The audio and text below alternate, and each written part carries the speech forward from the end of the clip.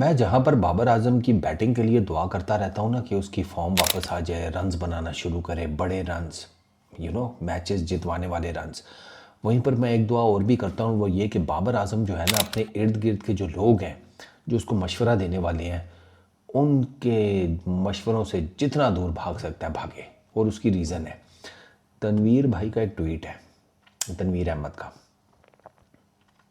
तो ट्वीट में पता है क्या लिखा हुआ है?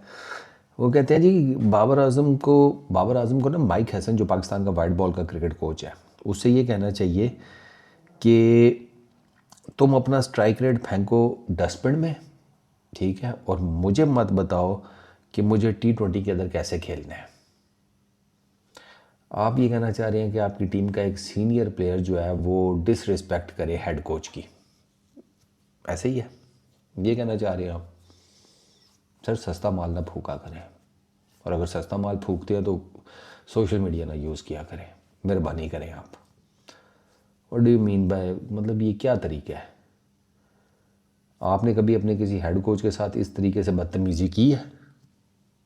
जितनी भी आपने लिमिटेड क्रिकेट खेली है, आप बाबर आजम को कैसे मशवरे दे रहे हैं? और बाबर आजम, आपको शायद पता हो, बाबर आजम से ये गलती उसके कैरियर में एक दफ़ा हो चुकी है। ये रिपोर्ट हुआ था ये किस तरह का इंसिडेंट, और उसका बाबर आजम को खमियाजा भुगतना पड़ा है। आप चाहते हैं कि बाबर आजम दोबारा वही गलती करे? सवाल ही पैदा नहीं होता। बाबर आजम का T20 से रिलेटेड जो भी मामला है वो इस टाइम सबके सामने है, उस पर इस किस्म का कोई काम करने की बाबर आजम को बिल्कुल कोई ज़रूरत नहीं है। बाबर आजम को चाहिए अपना सिर सुटे, टोटल अपनी बैटिंग के ऊपर कंसंट्रेट करे और इर्द गिर्द के शोर को साइड पे कर दे। दूसरा, आपने लिखा हुआ है कि बाबर आजम और मोहम्मद रिजवान के बगैर पाकिस्तान की T20 टीम फारग है। तो ऐसा है कि नैरेटिव जो मर्ज़ी आप बना लें, ठीक है, ये टीम एक मीडियोकर सी टीम है, लेकिन अगर सिर्फ बात बाबर और रिजवान पर अगर आप लेकर आएंगे तो आपको ये पता होना चाहिए कि इतना बुरा इन लड़कों ने किया नहीं है। इनका सिर्फ प्रॉब्लम यह है कि ये एक, इनके अंदर स्टेबिलिटी नहीं है इनकी बैटिंग लाइनअप में, और ये नंबर्स प्रॉपर नहीं खिलाते, और उसके बावजूद भी ये बेहतर रहे हैं। ट्राई नेशन सीरीज़ जीती है, एशिया कप का फाइनल खेले हैं, वेस्ट इंडीज़ में सीरीज़ जीती है, बांग्लादेश के अगेंस्ट एक सीरीज़ जीती, एक हारे, न्यूजीलैंड में चलो हार गए, 2 सीरीज़ जीती हैं, बाकी तो बेहतर ही खेली है। तो ऐसा नहीं है, बाबर और रिजवान के साथ इस टीम में मज़ीद स्टेबिलिटी आएगी। ऐसा नहीं है कि ये बाकी सारे लोलो पोलो हैं। बस प्रॉब्लम इज़ दिस कि ये प्रॉपर, जिसे कहते हैं ना, एक इनकी फॉर्मेशन नहीं बनी हुई, और उस फॉर्मेशन में डेफिनेटली रिजवान, अब रिजवान का मैं बाद में आता हूँ, बाबर आजम की उस फॉर्मेशन में वो जो जगह है ना वो है, क्योंकि वो नंबर 3 के ऊपर आपकी बैटिंग लाइनअप को एक स्टेबिलिटी देता है। आप इस तरीके से बात करें, ऐसा नहीं है कि ये जो बाकी हैं ये बिल्कुल ही फारग हैं। आप तो बिल्कुल ही फारग कर देते हैं।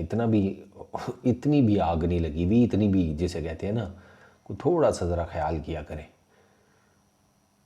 आप लोगों का प्रॉब्लम ये है, ये आप लोगों ने पास्ट में भी ये गलती की है, आप सब ने मिल के, और बाद में आप सारे बुक्कल मार के साइड पे हो जाते हैं कि बाबर आजम और रिजवान को आपने इतना ऊपर कर दिया बाकियों को नीचे, कि वो फिर लोगों को ये लगा कि यही करेंगे, वो बाकियों की तरफ किसी की ध्यान ही नहीं गया।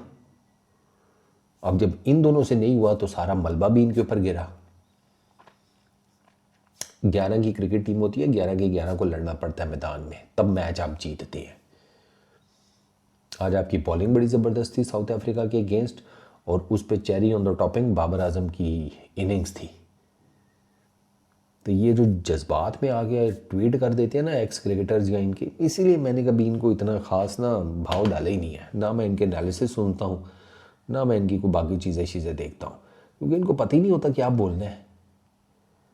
बंदा कम अज़ कम कोई थोड़ा सा ना सोच समझ के बोल लेता है कि यार मैं क्या बात करने लगा हूँ। और आप लोग तो टीवी शीवी पर आते हैं यार, आपको तो इतनी दुनिया देखती है। आप लोग बाबर आजम के उतने सगे नहीं हैं कि आप बाबर आजम के फैंस को एक डिफरेंट किस्म की डायरेक्शन दे रहे हैं। ये जो विशेष साइकिल मैं हमेशा कहता हूँ वो क्यों बना है?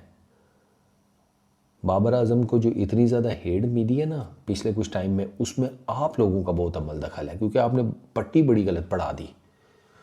आपकी पट्टी गलत पढ़ाने से ये हुआ कि बाबर आजम के फैंस को ये लगा कि भाई बाबर आजम को बिला वजह में टारगेट किया जा रहा है, बिला वजह में उसको जिसे कहते हैं दीवार के साथ लगाया जा रहा है, और बिला वजह में सारा मलबा बाबर आजम के ऊपर गिर रहा है। उसमें बाबर आजम की गलतियां भी छुप गई, वो क्रिटिक्स के साथ सीधे हो गए। अब प्रॉब्लम ये हुआ कि जब क्रिटिक्स और बाबर आजम के फैंस एक दूसरे के आमने सामने हुए हैं, तो फिर जहाँ बाबर आजम के फैंस थे वहाँ क्रिटिक्स भी मिलकर आ गए, तो वो अजीब एक सोशल मीडिया के ऊपर गंद फैल गया।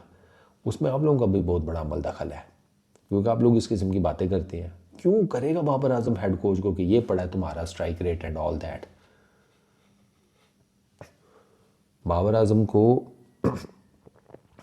अभी भी आज उसने 145 के स्ट्राइक रेट से तकरीबन बैटिंग की है। ये चीज़ उसे पता है कि स्ट्राइक रेट कितना इंपॉर्टेंट होता है T20 इंटरनेशनल्स में।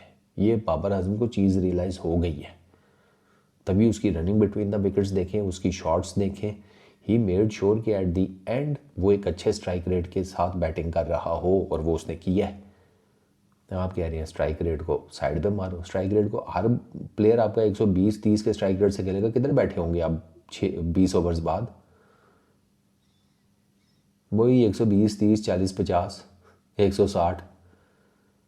तो खुदारा बाबर आजम को ना आप मेहरबानी करें सारे, बाबर आजम को सिर्फ अपनी बैटिंग पे कंसंट्रेट करने दे। माशाल्लाह ठीक जा रहा है वो, उसका जो कमबैक हो रहा है ठीक है। इतने मतलब 1 साल बाद ऑलमोस्ट वो कमबैक कर रहा है, और उसने ठीक बैटिंग की है। स्पेशली तीसरे मैच में तो बहुत ज़बरदस्त बैटिंग की है, मैच विनिंग इनिंग खेली है उसने।